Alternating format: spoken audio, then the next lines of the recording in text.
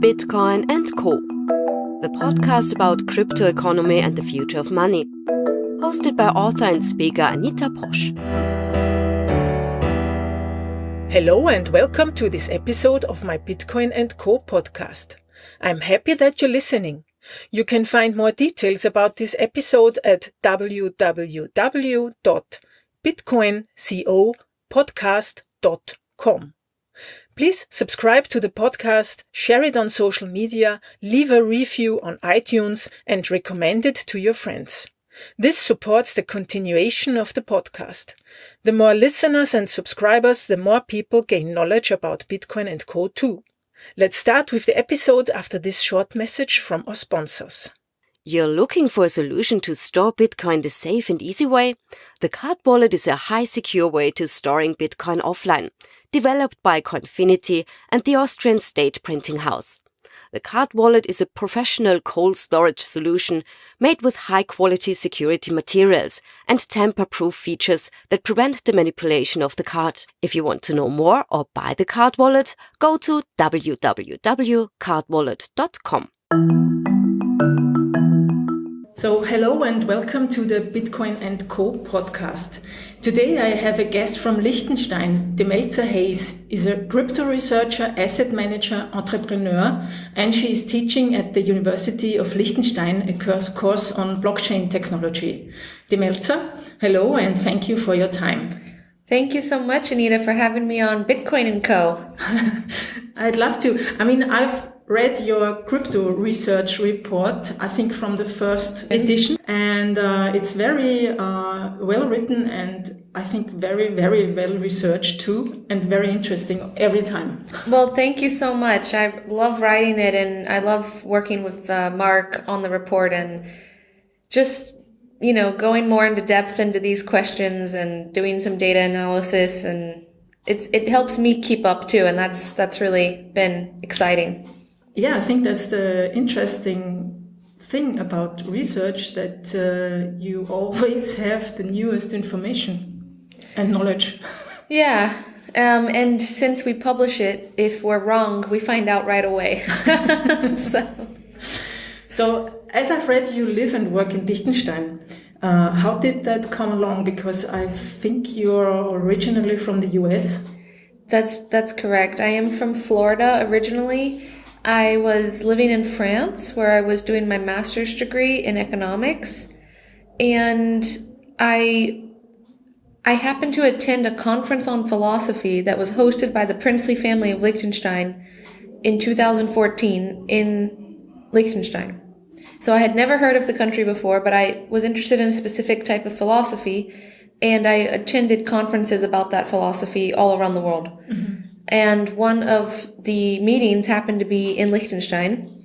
And so I booked tickets. I went to Zurich. I'd never been to Switzerland before.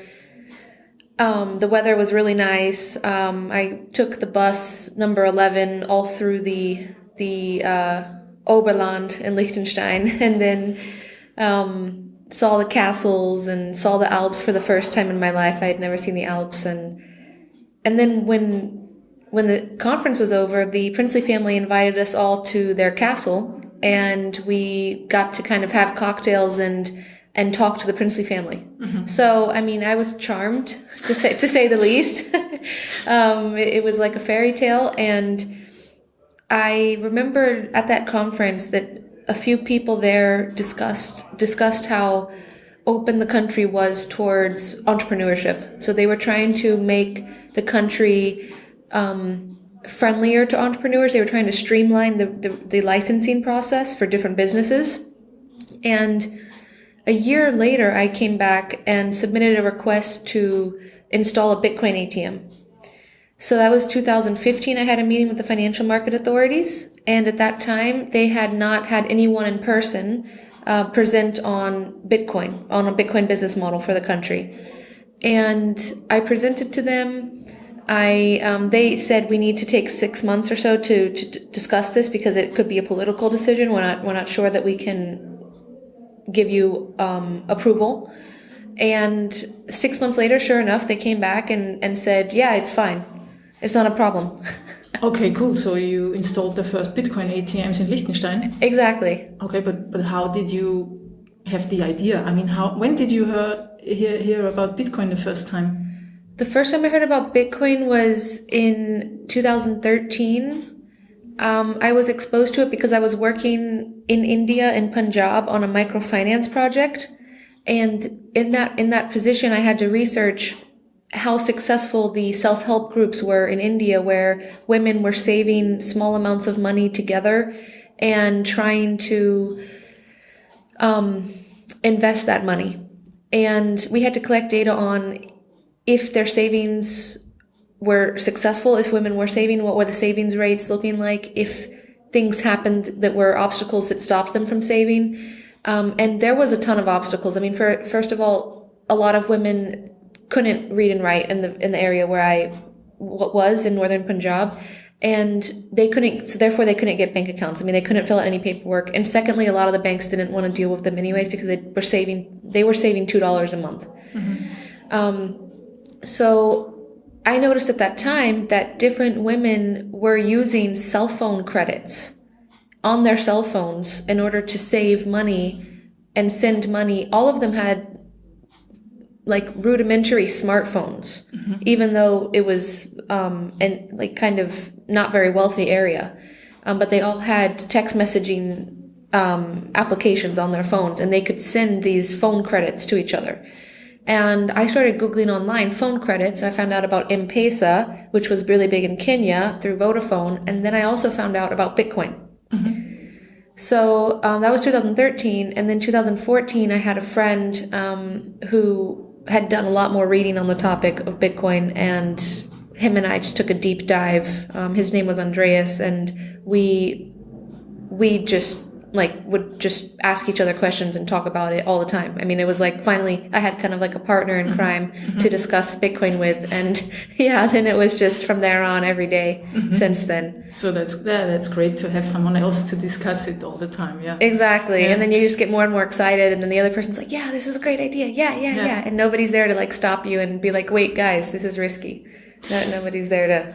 And do you think the women in Punjab at the current situation, could they use Bitcoin to save or to at least have a kind of money that belongs to them and not to M-Pesa or any other telephone credit company?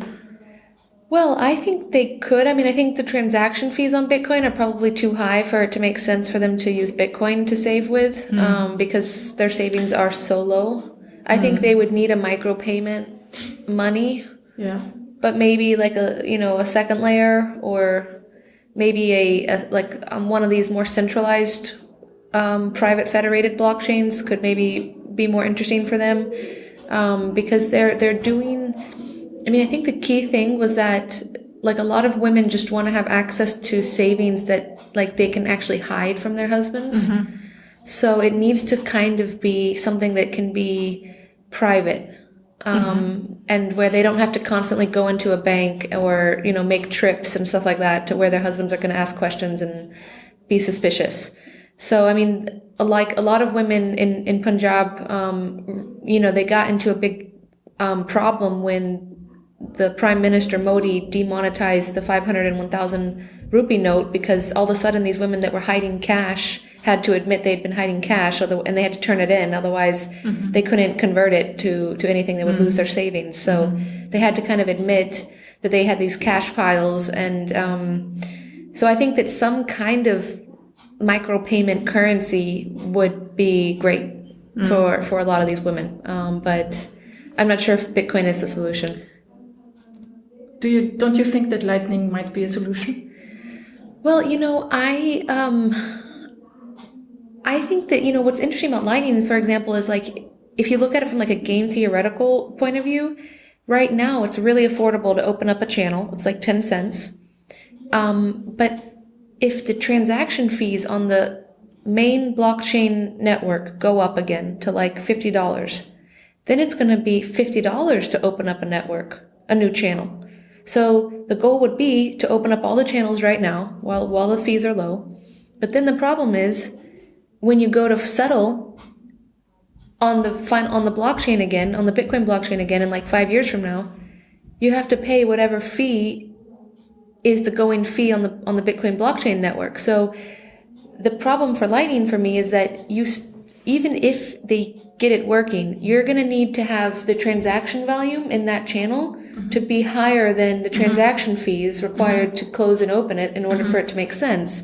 And we don't know where those fees are going to go in 5 years. I mean, I think if Bitcoin gets really adopted, that fees on the main chain could be $5,000 per transaction. Really? I mean, we saw it at $50 already. Yeah.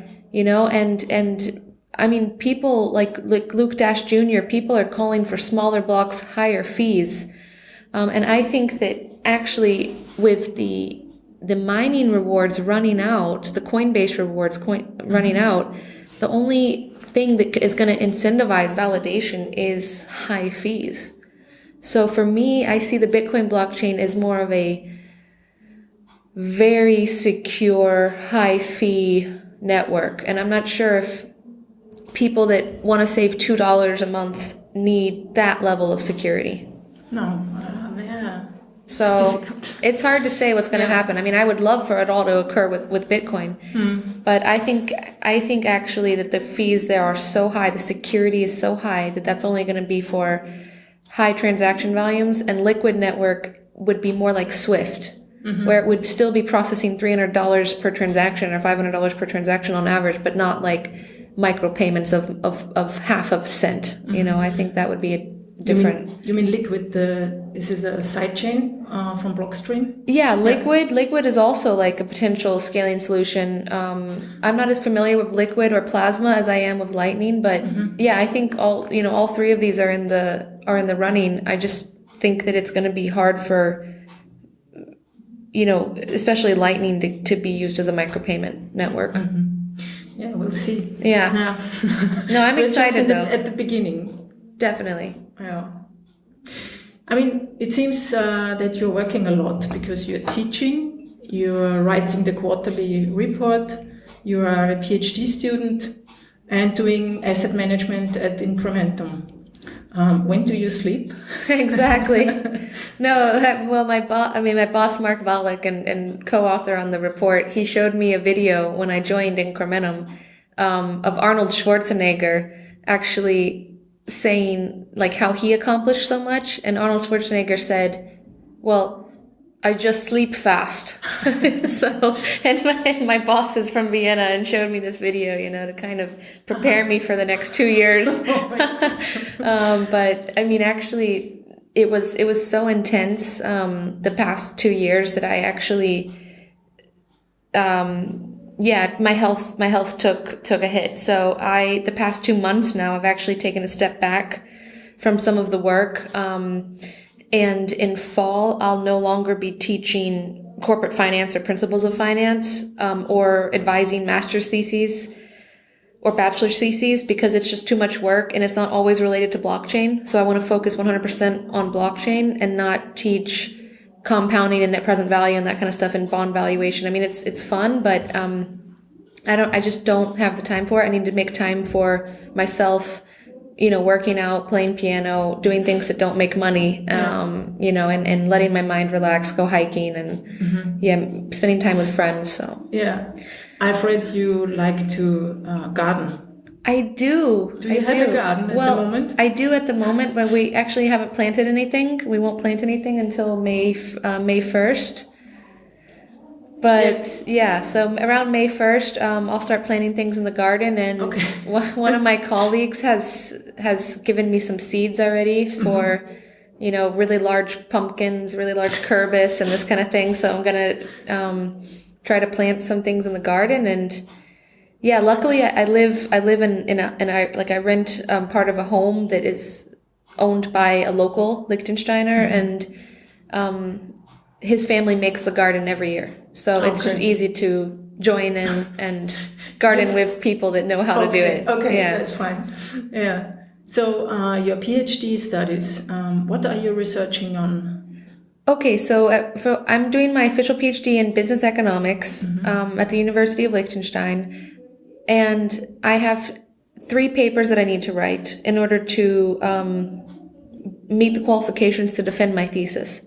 So the first paper that I am writing, or almost finished writing, is on the relationship between hash rate of Bitcoin and Bitcoin's price.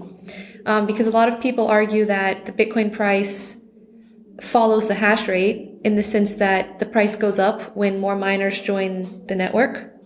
So they argue that the network is more secure, which gives the network more value, and therefore people demand more Bitcoin and they push the price up.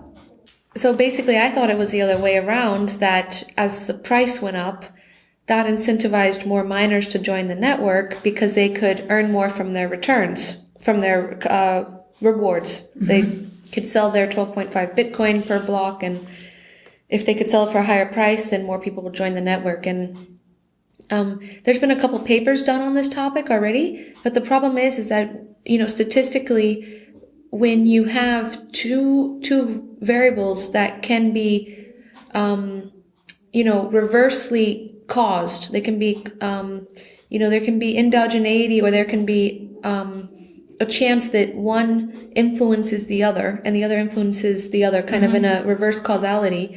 Statistically, you can't just run a normal correlation. And the papers that have been published so far have kind of just run a correlation, and they've shown that there is a relationship if we just do those two numbers, but correlation isn't really robust for proving which direction the relationship works in. Mm-hmm. So my first paper was basically doing a more kind of sophisticated statistical model that allowed me to decouple this relationship and try to understand which causes which. And so far, unfortunately, my results are not very satisfactory. When I actually take the change in hash rate between each day, so today's hash rate minus yesterday's hash rate divided by yesterday's hash rate, and I combine that to the change in price, so today's price minus yesterday's price divided by yesterday's price, and I take this growth rate over time, the relationship disappears completely, as if there's almost no relationship between these two variables, which doesn't make sense logically. So I'm going to go back in and try to do it with lags to see if there's maybe the price causes the mining hash rate, because that makes more sense, right? It makes more sense that actually the mining hash rate that we see on the market today didn't occur because of the price yesterday. Mm-hmm. It occurred because of the price 6 months ago, because all the hardware took months to install, to order. Some people were delayed with getting them new graphics cards and everything like that. So the next step for me is to do lags and see if the relationship becomes meaningful at a 6-month lag, a 9-month lag, like that. Mm-hmm. So that's the next step, and then submit it to a peer-reviewed journal, and that'd be my first paper. My second paper, I'll be a little bit quicker on that. It's robust optimization. So it's in 1952, Markowitz basically wrote this paper on mean variance optimization, which is just a way of allocating assets within a portfolio. Mm-hmm. So what he pointed out was that at the time, many people were just picking stocks that they liked off the stock market.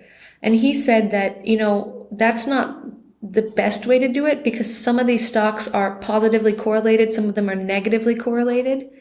And actually what you want to do is you want to pick stocks that have no correlation, so that when you put them in one portfolio, your risk-adjusted return improves, because some stocks will go up when others go down. Some stocks will go up and others will go up. It's going to be completely uncorrelated. So there won't be any systematic shock that can occur to the entire portfolio. And he made this great analysis that instead of just investing in 3 stocks or something like that, we should actually invest in a diversified portfolio of stocks, and they should be uncorrelated with each other. And that became the guiding principle for asset management for the past 50 years, effectively. But unfortunately, it's not that great of a strategy, because what asset managers do is they take all the previous data, say for example on cryptocurrencies, they feed it into this formula that basically checks, how correlated each of them is in the past, what has been their covariance matrix between each of the assets, what has been the price return of each of the assets. And then they basically make a portfolio based on the weights. They make a weights of the portfolio based on the previous data.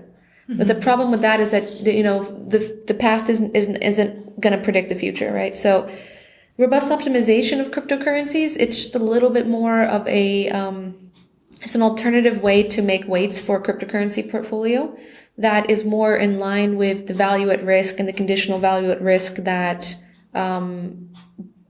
is set out in the Basel regulations for the risk that's taken on by banks. So that's kind of, I'm saying if we're going to be in a regulated environment and we don't want to expose pension funds or insurance companies to undue risk with cryptocurrencies, how can they invest conservatively? And what's going to be their maximum loss on the worst 5% of days in the market and everything like that? And that's kind of where that paper's going.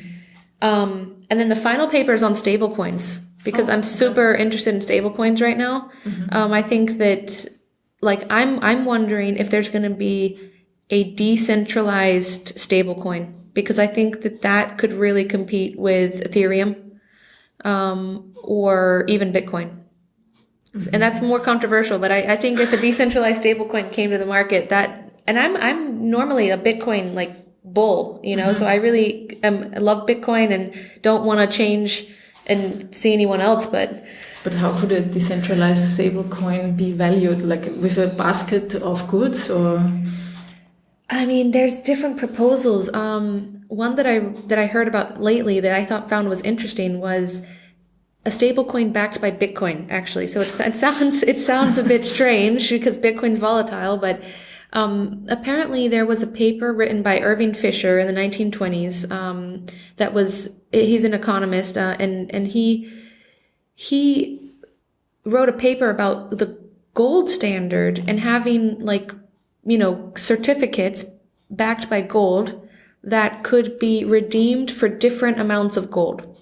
So, I mean, normally with the gold standard, what you had like a Deutschmark worth a certain amount of gold.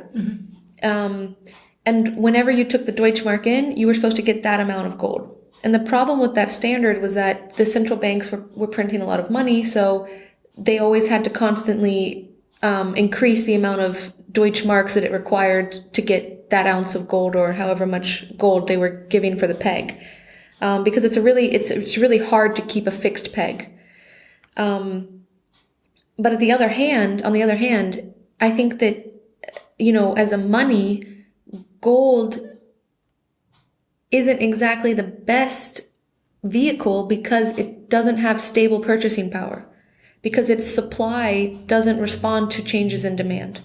So if demand all of a sudden spikes for gold, so if we all think we're going into an economic collapse and everybody starts demanding a lot of gold, the supply on the market doesn't increase in response to that demand. So the purchasing power of each ounce of gold rises.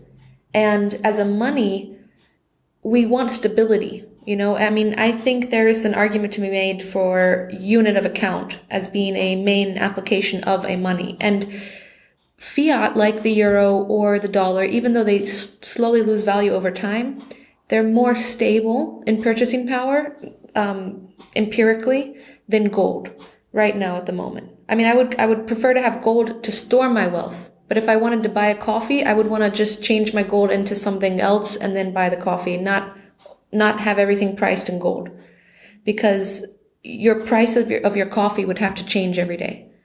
And for business accounting purposes, this is very difficult to forecast because you don't know what the demand is going to be in the future of gold. So you don't know. It's very hard to make business decisions when you don't have a stable unit of account. So actually what the model would be for the stablecoin with Bitcoin, which I think is interesting, I want to look into academically, work on it in a paper, is having a stablecoin that is basically tied or pegged with a fixed peg to a reference basket. Anyone can whoever creates the token can decide what the reference basket could be. It could be, a liter of oil, a baguette, a rent for a house. It could be, you can create your own consumer price index. Whatever entrepreneur makes this coin can create their own price index, their own basket of goods. And the token can always be exchanged for that basket of goods. I mean, it'll always be worth that basket of goods.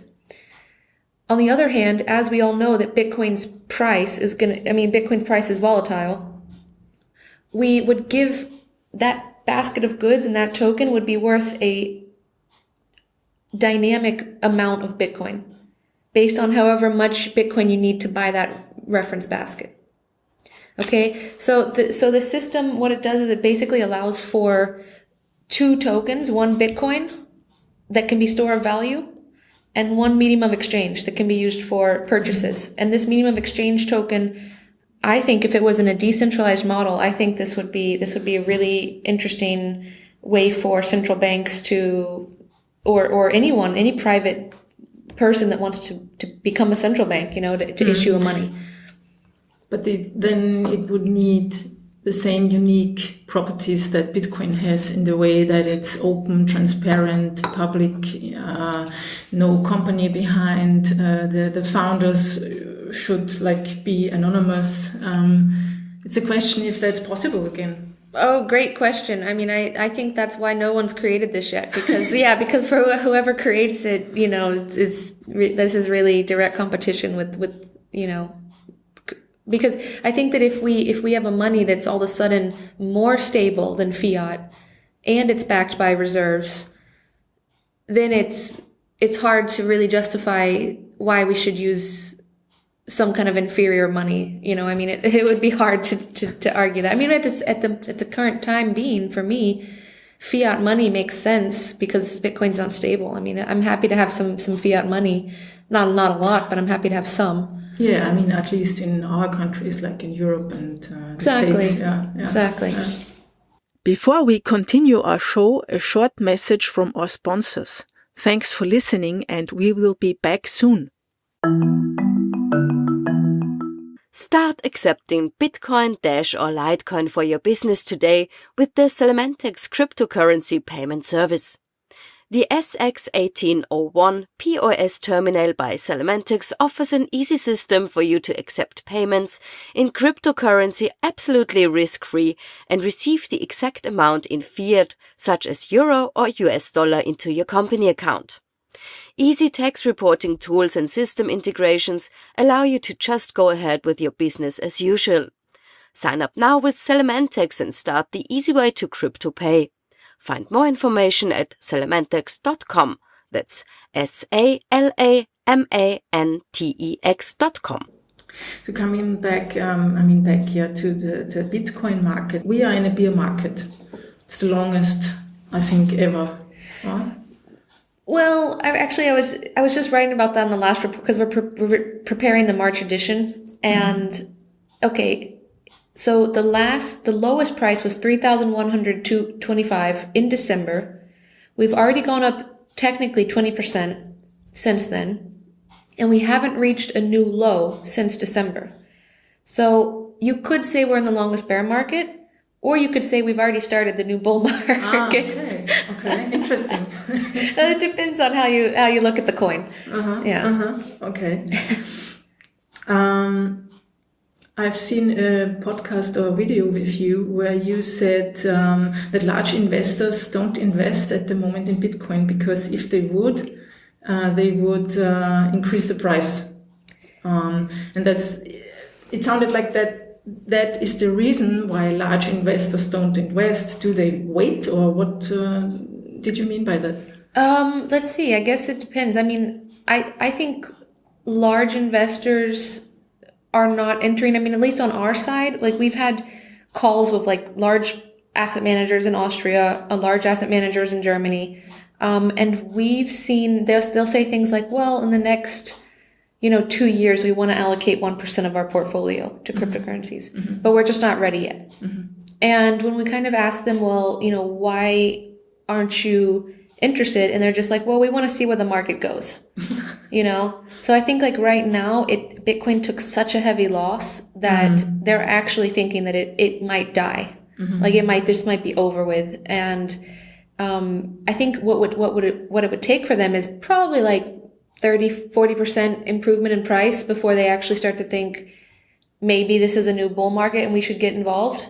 And I think that a lot of big money, like because they're so risk averse, like the institutions, like pension funds and insurance companies and university endowments and these kind of thing, because they're so risk averse, they're actually pro-cyclical investors. So as the price goes up, that's when they buy. And as the price goes down, that's when they don't buy. So I think that right now they're sitting on the sidelines waiting. I have heard recently of certain electricity companies in Europe that are beginning to invest or they're taking final decisions on investing in cryptocurrencies and in mining.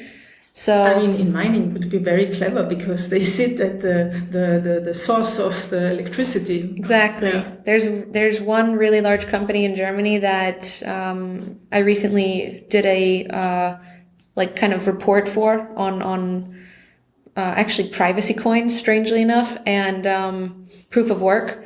And they're taking upper management decisions right now to invest or not in cryptocurrencies. And is that then clean energy?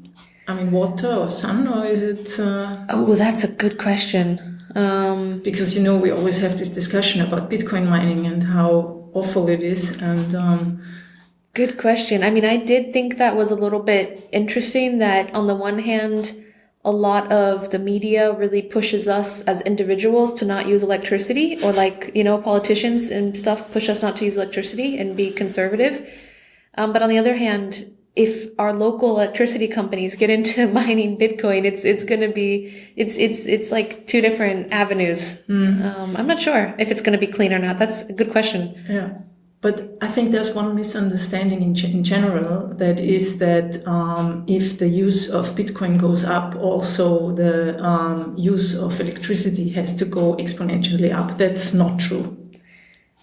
What do you say? I mean, that's a great question too that needs research. Of course, the mining hardware does get more efficient.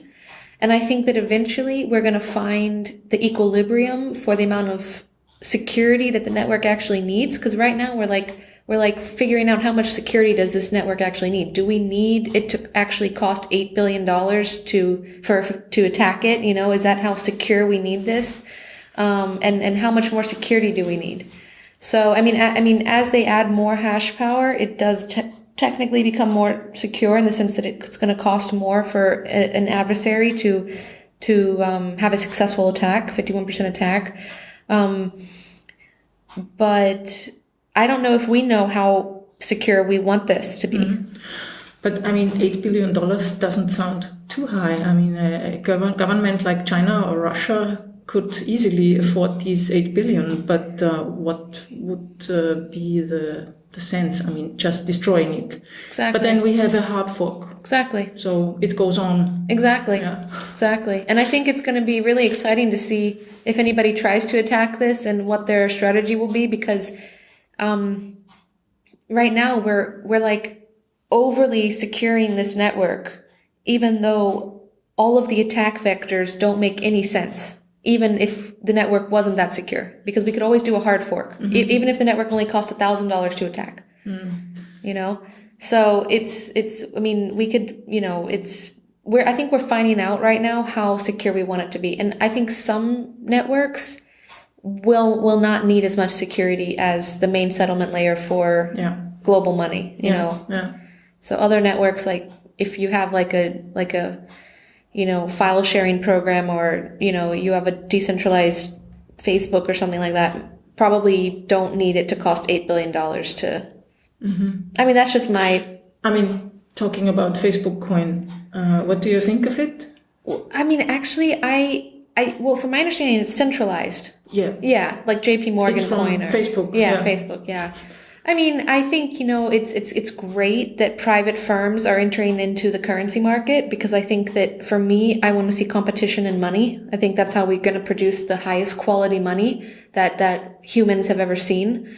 And I think that once we have high quality money, we can restore our savings and our capital structure and the economy. So I just want high quality money again.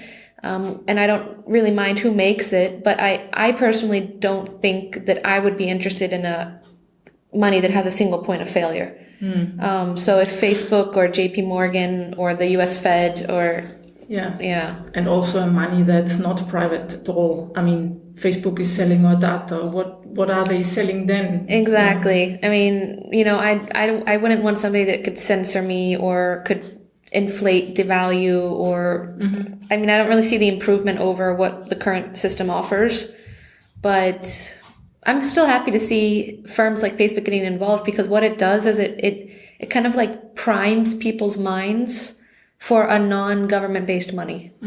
Yeah. And then once they realize that the government doesn't need to be the only creator of money, then it's like quite obvious to use cryptocurrencies that are decentralized instead of Facebook coin. So it's kind of like getting them ready. I heard a talk the other day from an ex-central banker of Russia. And he was saying that he sees Bitcoin like the haute couture in fashion. So there is an expensive money, but nobody uses it. And on the other hand, there will be cryptocurrencies from national cryptocurrencies from central banks, and that there will be no more banks, because he thinks that's the only way to go forward. It sounded like the crash is coming, and the central banks are the only organizations or institutions that can handle this with giving out national cryptocurrencies. I mean, that sounded a bit dangerous for me, because he said he doesn't believe in open source. So it would, of course, be a private permissioned currency from a nation state like Russia.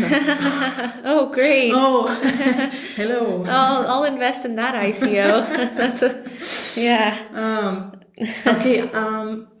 Well, when you say investing, yesterday we met at the Forbes Women's Summit in Vienna, and you were hosting a workshop on the topic of making money. And can you tell us what are the key takeaways, the tips you can give small investors? Like, for instance, if I want to invest 50 euros a month, what should I do? Okay, yeah, great. Well, I mean, let's see. Generally, I mean, I don't think it's easy to get rich quick, but I think there are some steps you can take to get rich, to increase your probability of getting rich in the long run. So I mean, generally, like I like to think, first of all, saving is just the key thing. And then once you have savings, to invest it in a diverse range of assets. And I like assets that produce income, monthly income, passive income, some kind of stream of income. So, I mean, right now, there's really not a market for Bitcoin lending. I mean, you can maybe get 3% on an exchange, but the risk is enormous that the exchange goes under or gets hacked. So, I mean, 3% is really like minuscule return there. But I mean, I think as the infrastructure builds up, we're going to see markets for lending building, where people can lend out assets, crypto assets in a maybe safe manner. And then I'll probably get involved there. But right now, what I would say for $50, if you have $50, I would say cost average invest. So, I would go with invest $50 a month. Don't save up 1,000 and then go into the market at one point with the 1,000, because when we actually got the license to launch our crypto fund, I was so bullish on Bitcoin. This was like February of 2018. So I just thought, okay, it's at $8,000, but it's going to turn back around and go to 12 or 10 or 20 or whatever. At 80, I was so bullish on Bitcoin, and I was like telling Mark and Ronnie and the partners, I was like, we need to just take all the capital and go in. And they were like, no, Demelza, we've been doing this for 20 years. This asset class is not different from any other. Slow and steady wins the race. Don't get over, oh, we're excited. And sure enough, they were right. They were right. We saw some people that went all in. Mm-hmm. Other funds that went all in, and it's been tough here for them. Mm-hmm. And so I would say take the $50 every month, invest it, and I would try to diversify a little bit. So at first I thought you should just diversify blindly. So 1 over N naive strategy. So you take the top 10 and you put $5 in each if you have a $50 investment. So like the top 10 cryptocurrencies on the market. Exactly. That would be one strategy. Just kind of blindly invest in the top 10, top 50, something like that. But now I realize that actually a lot of coins have absolutely no business model. So a lot of coins I'm really scared of, especially the utility coins I'm really scared of, because, the sales pitch there is, and still nobody's been able to explain this to me, and I really want somebody to prove it wrong to me. The sales pitch with a utility token is this: buy the token now. Eventually, more people are going to use this blockchain for decentralized applications. Once more people use it, the demand for that token is going to increase, and you can realize a capital gain. But the problem with that sales pitch is that these decentralized applications rely on low and steady transaction fees. And as more people use that network, the transaction fees become high and volatile, which many dApps, like during the Ethereum scaling problem, when Bitcoin also had the scaling problem, many dApps on the Ethereum network just stopped being used because the fees just went up so high and the volatility increased so much that it doesn't make sense to have a frequent flyer mile program where the points change in value all the time and the fees to transact them change in value all the time. So the business model for a lot of utility tokens doesn't make sense to me. And that, so anyways, I would actually say if I were to invest $50, I would go for Bitcoin. And I can't give investment advice, by the way. No, that's not an investment advice. But personally myself, if I had $50 to invest every month, I would probably go for like Bitcoin, some privacy coins, maybe like Monero or Dash or Zcash. Then I would also probably go for some stable coins. I like MakerDAO a lot. MKR, the governing token. I also want to find a stable coin that tries to replicate the stable coin model that I said. I mean, once somebody creates that, I'll be investing in it. Not the stable part, but the governing token of the stable coin that can appreciate in value. That's the part I would focus on. And then also I would probably pick up some security token offerings. Binance Coin. I just think Binance Coin is really interesting. It's related to the amount of transactions that occur on the Binance network. And I think that Binance as an exchange, CZ and the creator, the team behind Binance is just really dynamic. And I think they're going to have a big part of the future in this market. So Binance Coin or any kind of security token offering where they're paying out either equity or revenue sharing or some kind of interest on a debt, some kind of real financial model behind. I would be interested in those security tokens. But only a security token that's also in a regulated market, I guess. Well, Binance Coin is kind of like, they're kind of trying to like be the pirates of crypto. So they have a model where smart contracting kind of ensures that investors can benefit from the transactions on the exchange, but they don't actually, I'm not really sure what court system would uphold Binance Coin as a investment contract. Like if I said to them, here's this smart contract I have with this company called Binance, and they all of a sudden stopped paying my dividend, can you enforce this? They would be like, well, where's Binance even located? It's located in like 5 different countries, Uganda, Singapore, and like every single time the regulators do anything, they move to a new country. And, so I like, it's like, but security tokens that are in a regulated environment, I think are, for me, more interesting than ICO tokens. Yeah, sure. Yeah. Okay. So we're coming to an end now, sadly, because it's a great talk. I would like to talk with you longer, but we can't. Can you tell us about the topics of the next Crypto Research Report? Sure. Thanks a lot for letting me discuss the report. It is available on www.cryptoresearch.report. And it's available for free in German and in English. And the next edition is going to focus on mining. So we interviewed several mining companies in the DACH region, because we also, similar to your podcast, we try to focus on this region, Germany, Austria, Switzerland, and Liechtenstein. So we've interviewed one Viennese mining company, two Swiss mining companies, one from Palo Alto, and that's it. And we asked them questions. How are their profits during a bear market? How do they see the future of mining? How does, things like proof of stake, or, how do these trends, how are these going to impact their business models? How can people invest in them? And so it's going to have a big issue on mining. Then we have a exclusive interview with John Trump, who is the creator of the cuckoo cycle mining algorithm.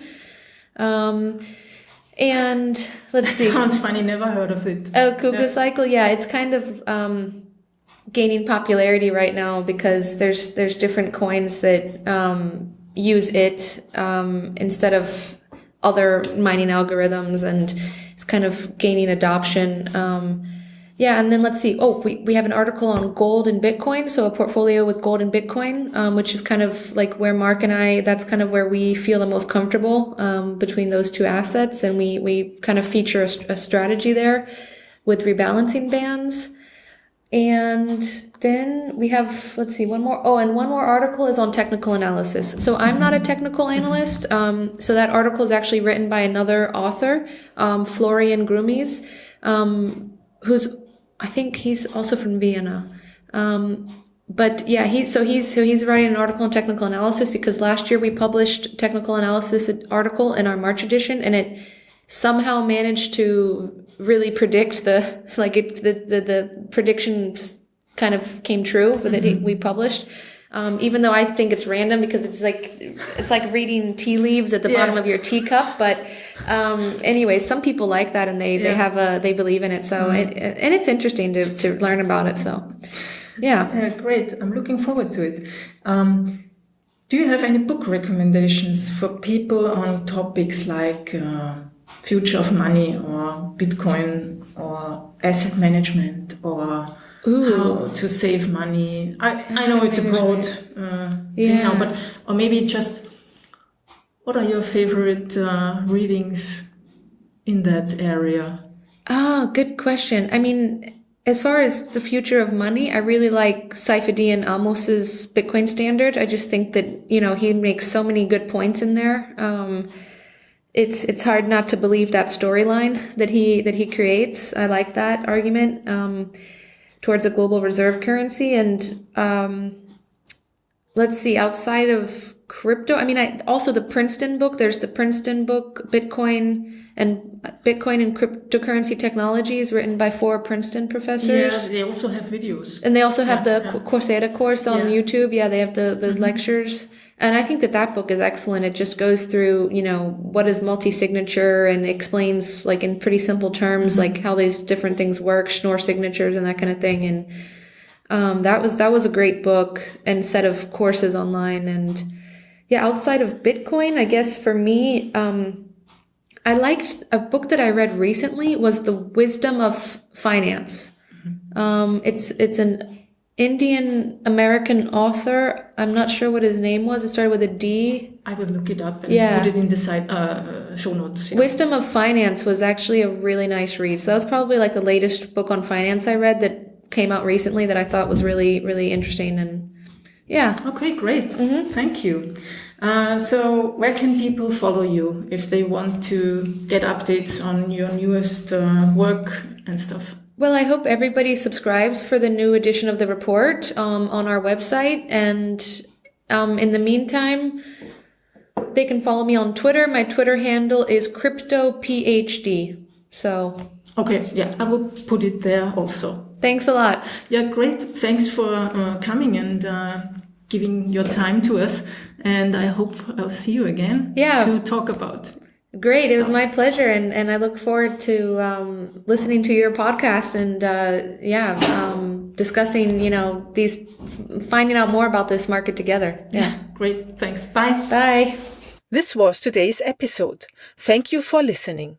Please subscribe to the podcast in your podcast player, share it with your friends and family on Twitter or Facebook, and leave a review on iTunes or YouTube. If you want to advertise your product or company, please send an email to hello@bitcoin-talk.com. bitcoincopodcast.com. Thanks for listening and have a great day. Audio editing and signation spoken by Katrin Eidenhammer.